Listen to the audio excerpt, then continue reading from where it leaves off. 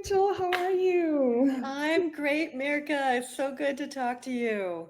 Thank you for taking the time. I know time is precious, and today actually is a Friday. So taking a time on Friday is especially special. I'm so happy you're here with me. This And makes a Friday fun. yes, great. Okay, I'm happy to hear that. So let's start talking. Let's have a wonderful conversation about you and your work. You're one of the breakout session leaders for our upcoming Lead Montessori conference. I'm pretty sure your name is already on there. Oh, And yay. I'm interviewing each breakout session leader so that people who are coming to the conference can get to know you a little bit and get to know about your work, and also so that you can use it for promoting your exciting projects, which I'll ask you about in just a moment. So can we please start by can I ask you to please share about your Montessori story a little bit? How did Montessori enter your life? Absolutely.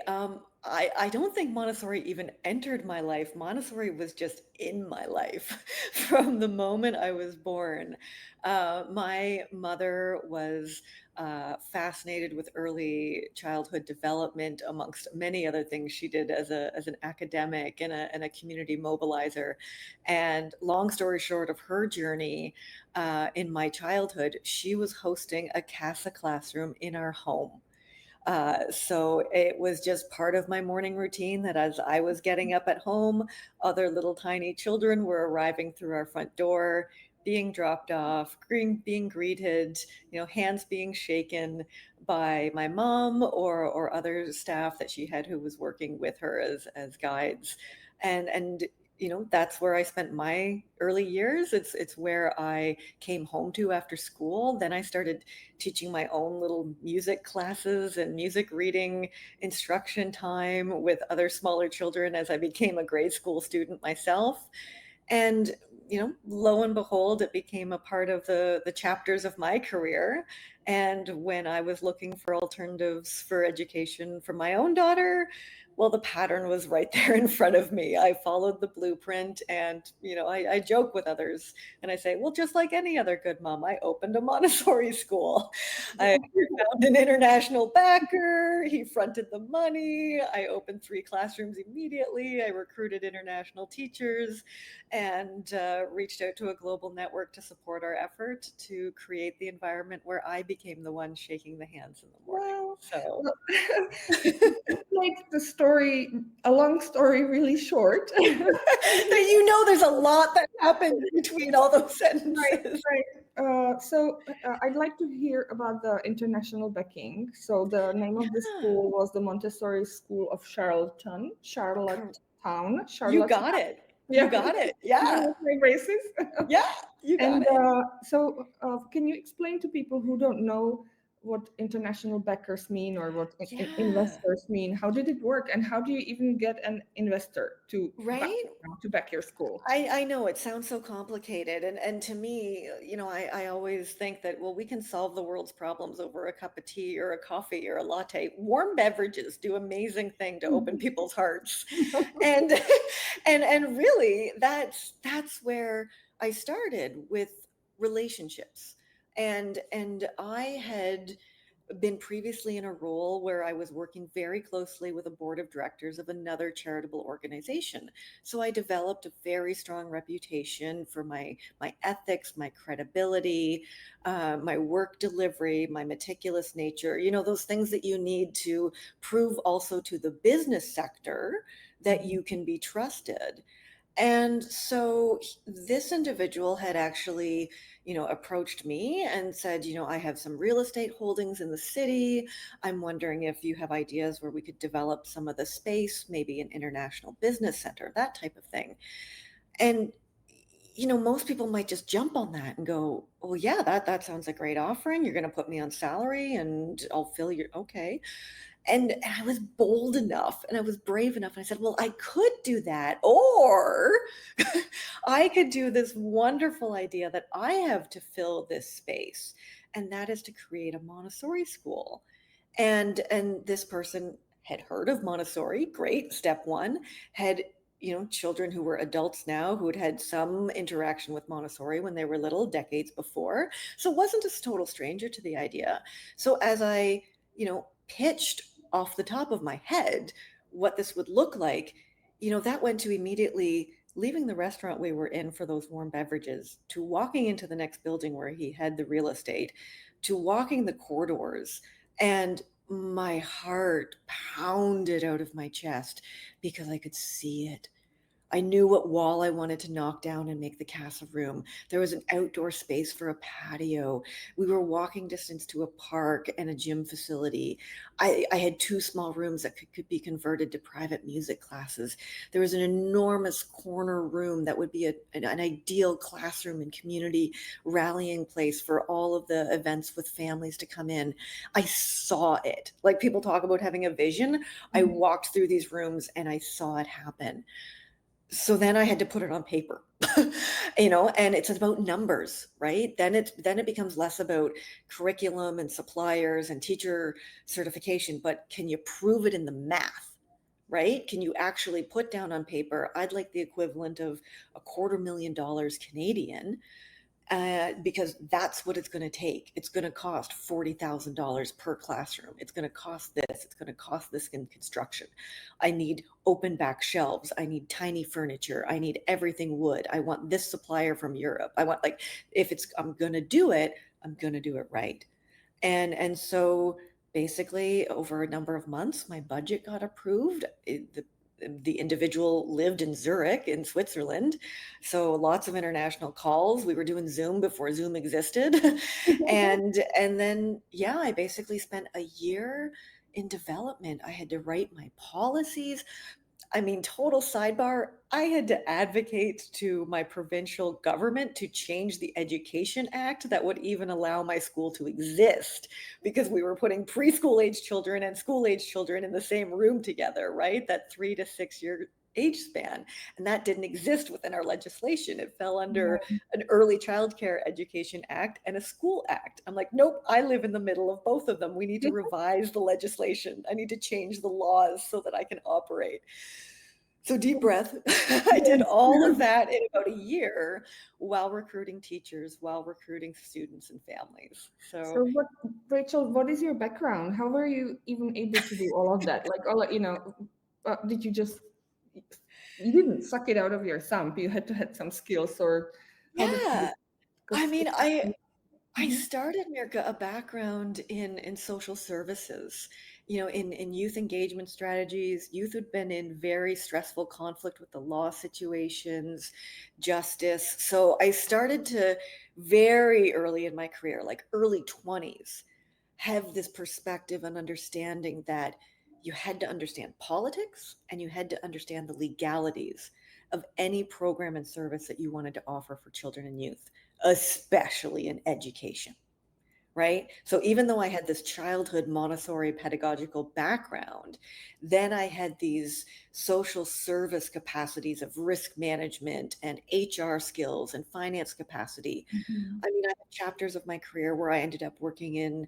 municipal government with, almost $40 million of budget on my responsibility and unionized staff. So I understood the complexities of those systems. I found myself being an executive director of a child and youth organization when I was 30 years old. I mean, I know now looking back, that is wild. And I had this amazing board president, this woman and her board behind her, who trusted me. They hired me and said, "We want an agent of change. Revise our policies, modernize us, bring more youth into the program, expand into different communities." So I think because of who I intrinsically am and the boldness that I choose to lean into, I've been given opportunities to learn in our sector at many different times in my career. And that has given me this accumulation of skill sets across sectors. I mean, I say I'm a consultant, and I had one person look at me once and go, "Oh, so you're a generalist." Mm, And I mhm. was kind of offended. I'm like, no, actually, I have so much specialized expertise. I just have a lot of it in so Yes. many different Yeah. arenas. Mhm. Yes, yes, exactly. You can do so many things. You're so good at so many things. So now this is an unprepared question, but I'm really curious to dig a bit more into this. How do you find an investor? Because I know a lot of people are thinking about that. So how did this person find out about you, or how did how did how did it happen? And just like, what would you advise to somebody? Because I'm actually thinking Mhm, so I'm cooking my own soup here a little bit mhm, because mhm, I have this big dream of starting a Montessori university in Europe, mhm, and I might mm, be looking for investors myself one day. So mhm. how does one go about that? I think the best way, if you're scanning your community, if you're starting from scratch, look at who is sitting in the positions of power. Hmm. Not just the ones that you traditionally think about. The elected officials, they're great. They can only do so much for you and they have a lifespan, right? Mhm. The business owners, okay, yeah, but they usually have their priorities and there's usually a charity, designated that their whole corporation has decided that's where they're targeting and focusing their effort. But the individual wealth, right? The path that I took of having someone make their own capital investment as a financial backer of a a capital venturist is if you can get one decision maker, right? And I remember talking to Kathy Minardi about this back when I was doing it, and I'm like, the greatest reward has the greatest risk, right? Is that like I only have to make one person happy. Woo, but I have to keep one person happy. Yeah. And if they're not, yeeks, right? That's crisis. So to find that one person that can make a $250,000 decision on the spot, find the people who are sitting on boards of directors. Find Mhm. the people who are volunteering their own time for things that have like-minded value association with what you believe in. Are they sitting on school trustee boards? Are they sitting on community development trusteeship roles? Are they part of a charitable initiative in your community to build a new facility for children, right? Like find the people who already believe in what you believe in and give them a new idea, Mhm. right? Volunteer for that organization. Find out if you have a staff friend who works there. Get invited to their gala, their dinner, their picnic, whatever they host. Forge a real, authentic, meaningful relationship with that person, and then be able to talk to them about the value of what you're proposing. And then you have to, I can't stress this enough. I could do a whole other session at the conference, Mirka, on this, but I'm like, you have to make it a reciprocal relationship. What are they going to get out of it? As well as what are you going to gain from their investment? Is it their name in the press release? Is it their picture with the mayor? Do they want public accountability, or are they a silent, shy type where they just want to know they can walk through on a Friday afternoon and sit down with the children on the carpet and have a story read to them because that fills their heart, right? Figure out what's going to make them feel valued in the adventure with you and deliver that to them. Deliver that to them constantly. Yeah. Mm. Mm. Amazing. Thank you. I was Yeah. thinking as I was listening to you that one other amazing topic for a breakout would be how to pitch Montessori to an Mhm. investor. So maybe we could do a workshop together online or something like I'm this. sure. There's so many things we could do together. We could do all those things. And I want in on that university plan, whatever's going on there. I Okay. want in. Okay, great. I was hoping you'll say that. Yeah. Because I was this close to launching mine and then the pandemic hit. Right, and that's we did have that. I in our conversation before for the questions that you were actually starting your school at a time when the pandemic hit. Is that right? Well, it was interesting because my school life, the tenure of the Montessori School of Charlottetown, it ran the before, the during, and the after Mhm. of the pandemic. And that was a wild ride because we had the normalcy of no impact. We were ramping up, we were growing quickly. I will always to this day remember even one of my CASA teachers saying, oof, now we have to make sure we don't grow too quick. We had resounding success, through our first years. And then the pandemic first hit our doors actually with one of our international families Mm. who, usually mom dropped off in the morning, but all of a sudden dad was there to drop off Mm. on a Friday. And I said, "Oh, is everything okay?"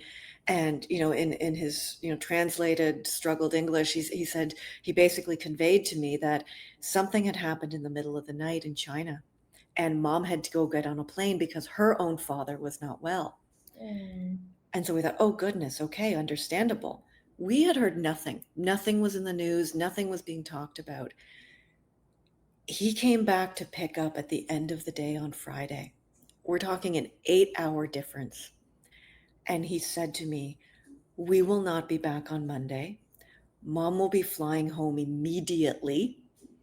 The news is not saying what's actually happening in China. It is very bad. We will keep our son home till we know things are okay." That was my first personal interaction with the Wow. pandemic. And I still, like, I remember exactly the spot in reception I was standing in our foyer. And over those next few weeks, the news started to unfold. I mean, we closed for the March break week in Canada. We still had snow pants hanging in the coat room. We had Mm. snacks left, shoved in boots that students had forgotten about, right? We were like, the school hedgehog had gone home with another family for the week for a field trip for Yeah. the break, Mm. right? Like we hadn't planned on not ever coming back to our school. And then as the months rolled on, and we tried to initiate, we contacted other global leaders like Kathy and Sue, and we talked to folks in Japan who had online curriculums. We were ready to shift gears, but unfortunately, you remember my note about making one person happy. Well, that one person was now making global decisions for schools that he had backed, restaurants, hair salons, hotels across multiple countries, and there was no individual call for support or leniency or alternative method. It was everybody shut down. So Mm. we were no different than the restaurant he owned Mm. downstairs, Oh. right? Because there was no capacity for differentiated decision making. And then as we tried to see what could happen next, I did a feasibility study. I went back and interviewed our families. I talked to teachers who were willing to come back, not willing to come back. And it was a juncture where I had to go back to my backer and his management team and say, this is what it would and could look like if we reopened the doors. And basically, there's a lot of unwillingness at this point. How Mm. much do you want to continue? So it was this sort of mutual capacity that we weren't really sure. And so I had an opportunity presented to me to come work for our legislative assembly, for like our provincial House of Commons, basically to action child and youth advocacy legislation, which was groundbreaking on the East Coast of Canada. And so I was looking at that saying, I don't know what could happen to my school. I have gifted it. I have birthed it over to those who can cradle it through if it can continue. But I have a calling now to do this next step, and I will love and support anything that comes to fruition. And there was a bit of effort, like people try to shift gears, and I think management on their own without the leadership. I knew it wasn't going to go any further when they posted a job for the Montessori school to have a principal, and I'm Mm. doing air quotes in the air, right?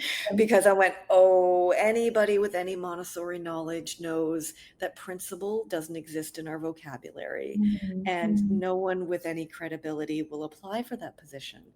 And so the school just sort of had this fading into the darkness. And at the end of sort of that summer, when we were able to gather in public, we held our last beach day as the Montessori Mm. school community, because that had been our tradition every year. At the end of the school year was a big beach day and sandcastle building and picnics. And so we, as our own community, without management, we Mm. rallied together, the teachers, the families, the students, and those that were safe and happy and wanting to get together on our beaches, on our beautiful dunes in Prince Mm. Edward Island. We Mm. had one last sort of fond farewell to the memory of Montessori. And then that dang hedgehog lived in my house for like the next 6 months till he passed on. Yeah, yeah, yeah, yeah. I've had numerous turtles and hamsters and all kinds of animals living in my own house as well for the summer. So You know what so happens. even even that story, just kind of the closing of the school, that's an experience, a huge Yeah, experience on its own, that yeah, I'm sure that you can use that and share it with people who are considering their situations wherever they yeah. are. There are many schools who are considering their situation right now. So Well, and Mirka, I think about what we teach our CASA students, right? In terms of transition times. End well, end the day well so you can come back tomorrow in a positive light, right? We took the same approach to the entire school community. Let's end well because yes, we're all going to continue to be here together in one way, mhm. shape, or form. That's Yeah. beautiful. That's Yeah. beautiful. So your the session that you're going to give at Lead Montessori is called Grace Under Pressure. I love Mm. that. A loaded title. So Woohoo. what does it mean, Grace Under Pressure? What does it mean to you, and what can we look forward to? Well, I think for me, when I imagined the title of the session, I thought about all the leadership pressures that we have to carry when we are the face of the school, when we are finance and HR and curriculum and recruitment and family liaison and crisis management and celebrations and the Christmas show, and right, like we're running and doing it all. And just like we ask our teachers to take on a role, a persona of educator, of guide, and that takes modeling, and that takes going through the motions of lessons with children in different ways, and meeting their needs uniquely.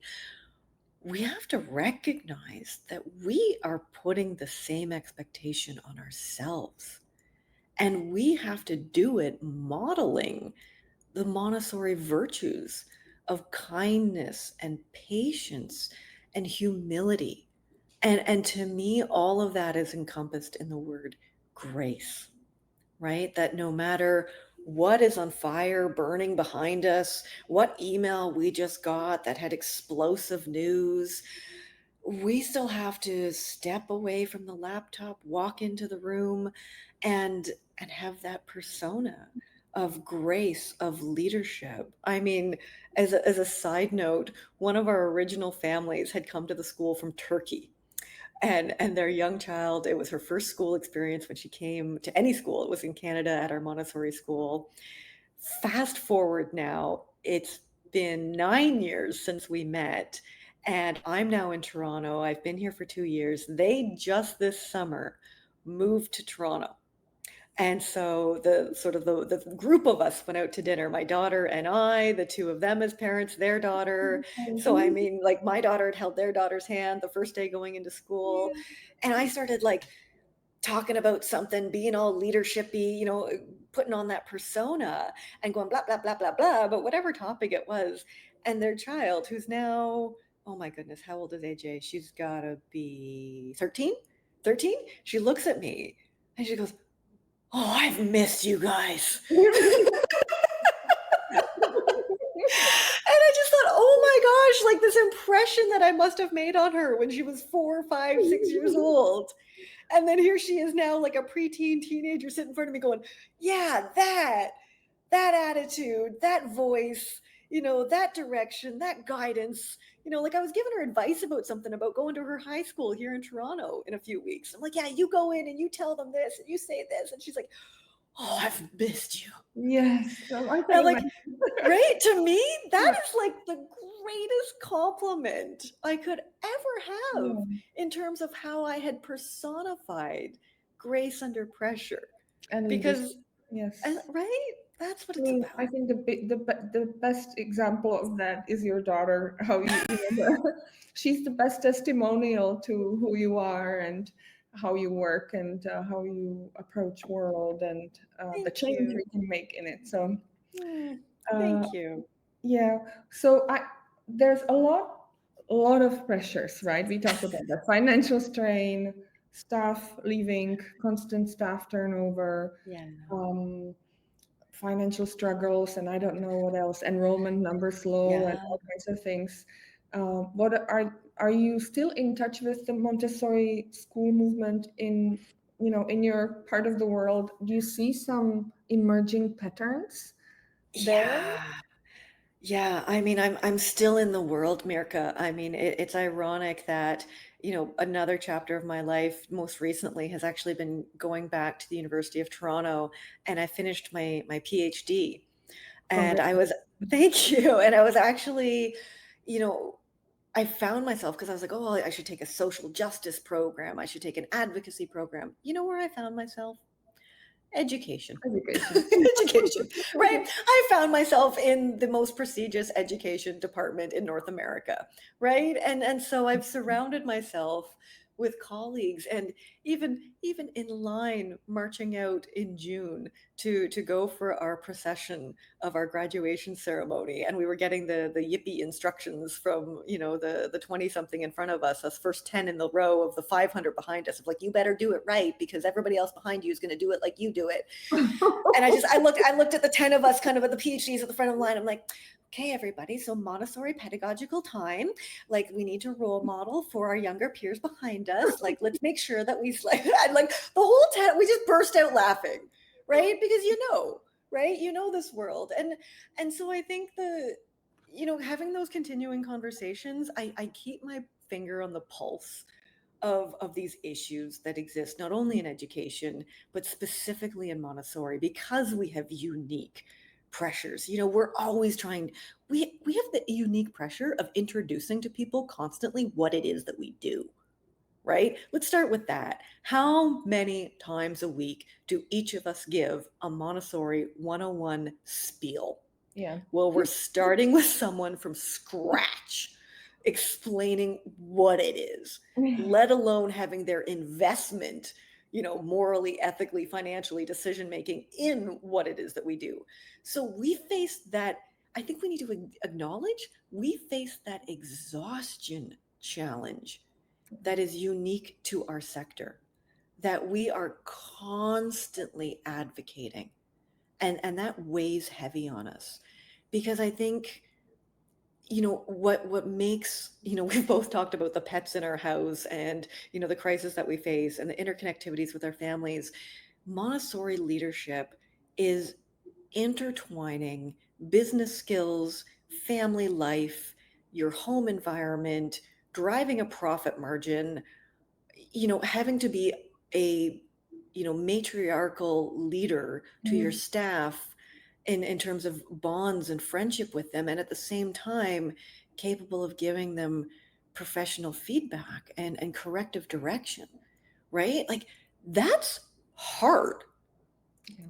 And that maybe wasn't so complex in Montessori in prior generations. Hmm. But thank you to capitalism, and thank you to the necessity of business success, because the scales are also tipping in terms of how many Montessori schools globally are charitable or not for profit or co-op run, versus what we've been talking about of being financially backed investment avenues. We need to be able to show the profit margin. Yeah. So that doubles down on the complexity of us navigating this role we have to execute, of all these compassionate, emotion driven skill sets with a business prowess and an execution ability that you usually get when you do an MBA, a Master's of Business Skills, right? Yes. But we don't do those. Well, like, I swear, I'd love to ask in my section, everybody raise your hand if you have an MBA. Zero Yes. hands, I guarantee, right? But we are executing those business analysis skills and work back plans and donor engagement strategies constantly. And so those trends, I think we need to call out for what they are, acknowledge them, talk about Mhm. them, support each other through them. I'm so happy you're saying that. I mean, you just like speak right from my heart.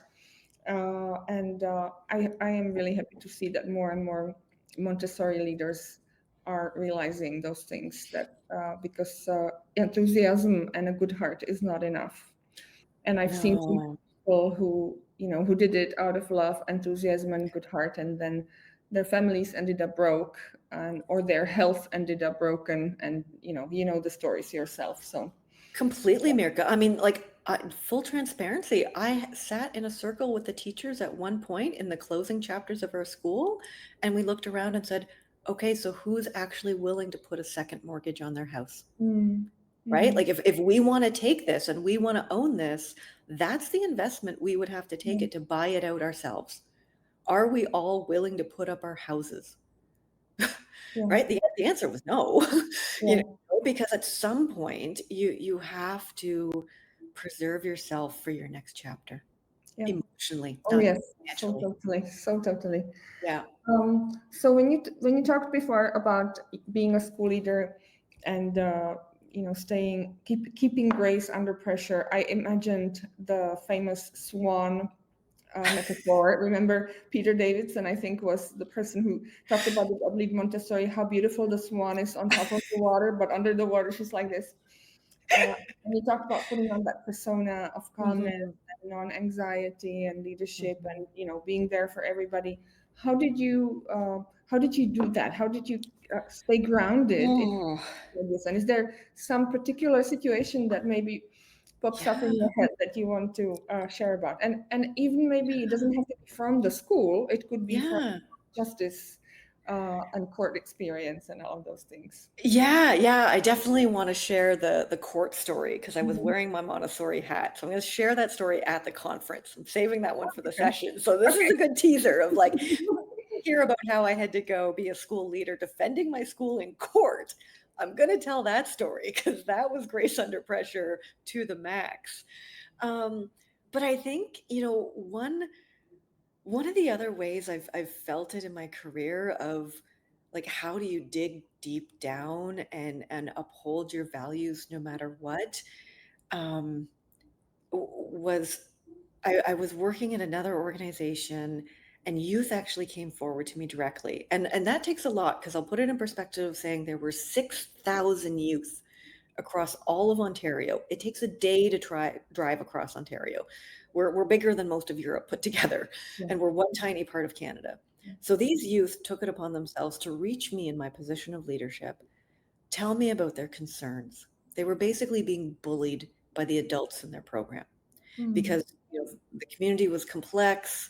The program outcomes were tied up in adult reputations and finances. It was weird, it was messy, but we were at the point where there was self-harm. there mm, there was potential of something very tragic happening. So I decided, in conversation again with my board president, so I made sure I had backing on my opinion, I was going to go to the mat and stick to my guns for these youth who had had the bravery to come forward. So I simply found an avenue where I didn't renew the volunteer status of the adults who were the perpetrators of these bad behaviors. mm, Nothing malicious, nothing derogatory, but I'm like, thank you for your service, but we don't need it anymore. And that set off a powder keg reaction of them going to the media, of mm, them going to our federal representatives and funders, of them going to senators, of them going to our national board of directors, like just freaking out that I would have had the audacity to say that their service was no longer required. I'm like, you didn't lose a job. You're not employed. This is your volunteer time. Um, but I felt that, and this saga went on. I'm truncating it because this saga went on about 6 weeks. Every week, in and out, something else happening, to the extent where a federal minister called for my resignation, that I was causing so much bad PR, bad mm, press for mm. the organization, for the brand, the 100-year-old dynasty brand of this youth organization. And I thought, wow, you don't even want me to like resign gracefully. You actually just want me terminated. amazing. So I'm like, I must be doing something really awesome. And right, because I'm like, if you've pissed somebody off to that extent, I'm like, my values really great on yours. Mm. And so I stuck to it. And I went, you know what? That actually emboldens me to see this through to the end. Yeah. And we just kept being consistent and persistent in our voice, in our message, repeatedly, keeping grace, not biting at it, not going like a bulldog on the bone, because that role modeled to the youth Just and to thinking about that. every other youth that was watching what we as the grown-ups were going to do with this. We stuck to our guns. And I say we because it wasn't just me, right? My name was on it. My face was on it. If you Google hard enough, you can find the press on this, Wow. right? It's still out there 15 years later. But I thought, you know what? Amazing. You want to call me out publicly for sticking to the values of protecting the mental health of young people? I will stand by that statement decade after decade after decade. Mm. And so I think, the message to other leaders is we know our values. Don't let people shake them, right? And if people are coming at you, don't immediately be reactive. Stop and think about why they are. What are they not agreeing with that you agree with that's causing them to feel that way and act that way? Yeah. Thank you. That's so powerful. uh, I also want to share a little bit about your experience with changing systems. And Mm, it's one of the things that I've been thinking a lot recently about, that we are not so good at systems change as mm, Montessori. We're it's hard because we have to, as you said, fight for survival. We have to learn all these things. mhm. It's not just about the pedagogy, but about running our organizations, about leadership on a national or international level. And then at the end of the day, I'm looking at myself and thinking, oh, and I have to go and talk, actually try to do some change on the level of the Yeah. educational system in the Czech Republic or in Europe. But I don't have time. I don't know how to do it. Yeah. What do we need to know as Montessorians if we want to cause some systems change? Amazing. Well, I think first we have to own the persona that we are change makers and we are advocates. Mm. Right? So first we have to look in the mirror and realize that. And I say that now like it's such an easy thing to do, but it has taken me decades and a doctoral dissertation journey Mhm. to Mhm. be able to do that reflection where now, the consulting work, Mirka, that I've been doing for 19, 20 years, I finally actually have a website this year for the first time ever.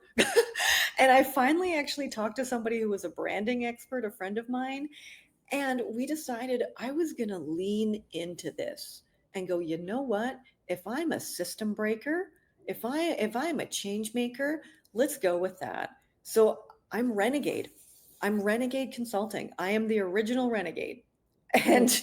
And right, so it's just renegadeconsulting.org. There's my plug. But I mean, it's that place in my career where I've come to realize that I'm like, you know what? If a charity or a youth organization or a child education center, if they want another strat plan, call another consultant. Right? I'm like, I've been there, I've done that, I've sat on all sides of the table. If you just want to plug in the necessities and keep going and turn the page to tomorrow, okay, great. That's your lot in life. But as Montessorians, we know that's not us. Right? We're out here forging for our space, advocating to be heard because we know this is the best method to have in our homes and in our schools and for our children. So I think the best thing that we can do once we recognize, yeah, we're rebels, we're mavericks, we're making a renegade happen. That's who we are. Own it. Because then we can take the next step and say, you know what? This system that we want changed, it's not happening to us. We're not subject of it. We are it. It. And so I say this in so many of my keynotes and my talks. I say we are the system, and if there's something you don't like about it, who can you talk to about changing it? And if Mm. there's something that you don't think should be executed, don't do it. Challenge the policy. I mean, I loved my freaking inspection days when like the early child care center, like government staff would come into my school, because you know why? They would learn stuff. They would look at how we had the washroom set up. They saw that I like tore out the urinals and put in a tiny toilet in the boys' room because my international students arrived. They didn't know what the urinal was and they tried to sit in it, right? Because culturally it wasn't available. My daughter's laughing behind me, audio, right? Because you know the day that happened, right? Because right? So I'm like, that policy of I have to have X number of urinals and X number of toilets because I have X number of little boys under the age of 5 is crap. Yes.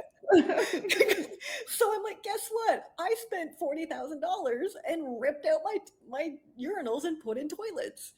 So challenge the policy, right? Mm. Because we are a part of the system. We can stand in our own right of being subject matter experts. We are so smart.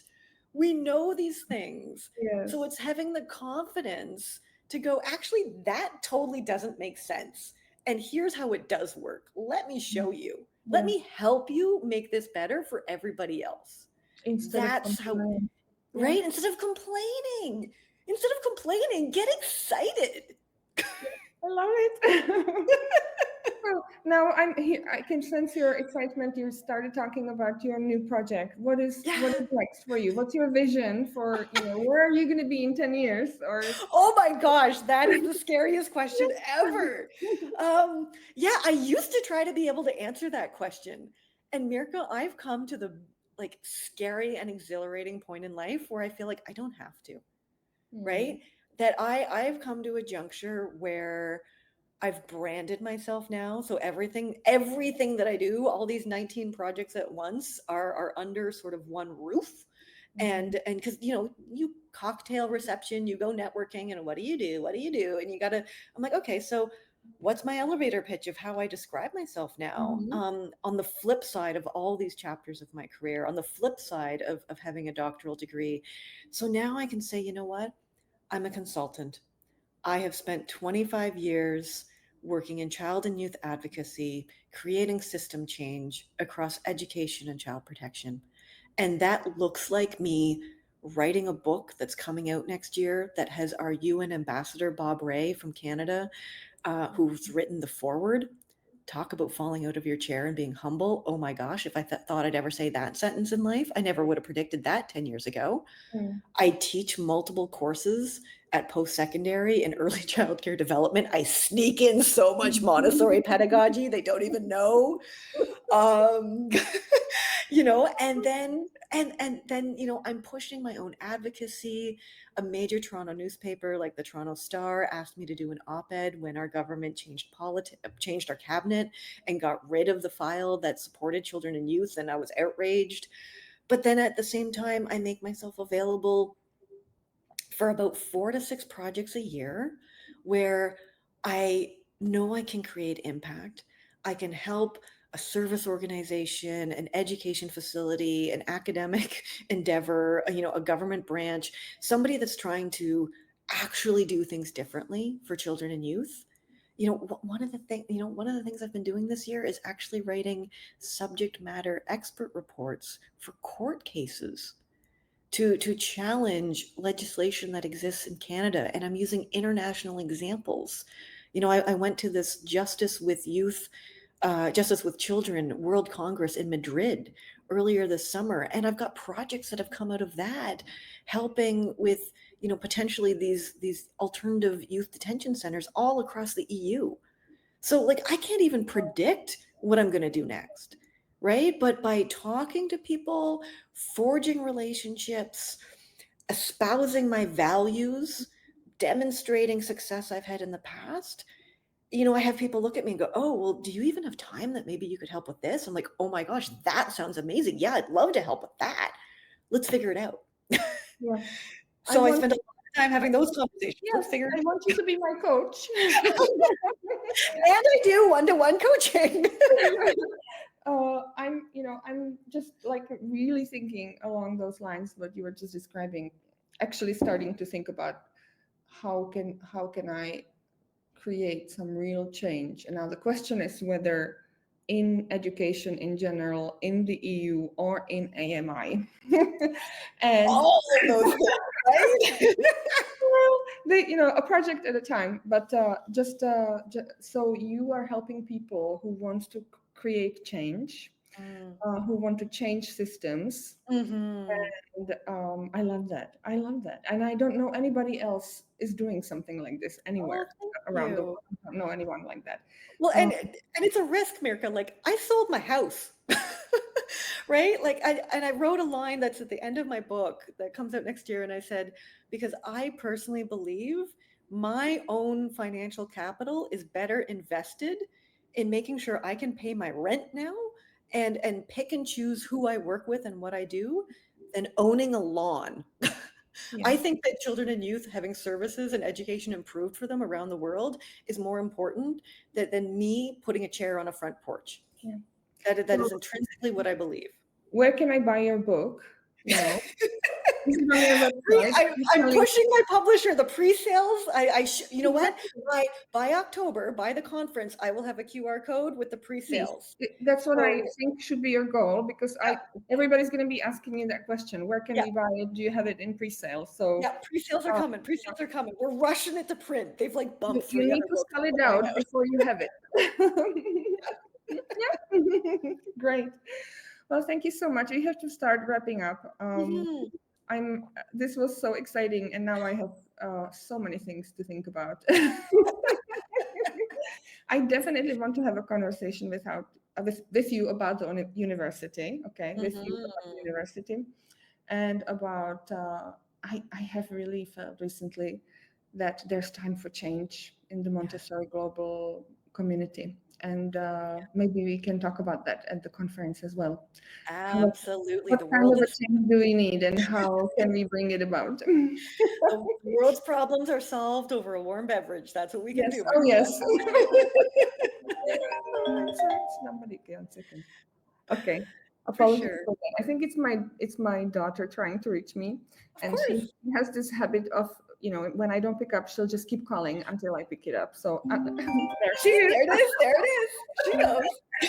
I'm gonna stop this recording right now. Thank you so much, Rachel, Thanks, for Mirka. doing this, and I can't wait to see you and hug you at the conference. Thank you so much. Oh, we'll see Thank you soon. you. Okay. Bye.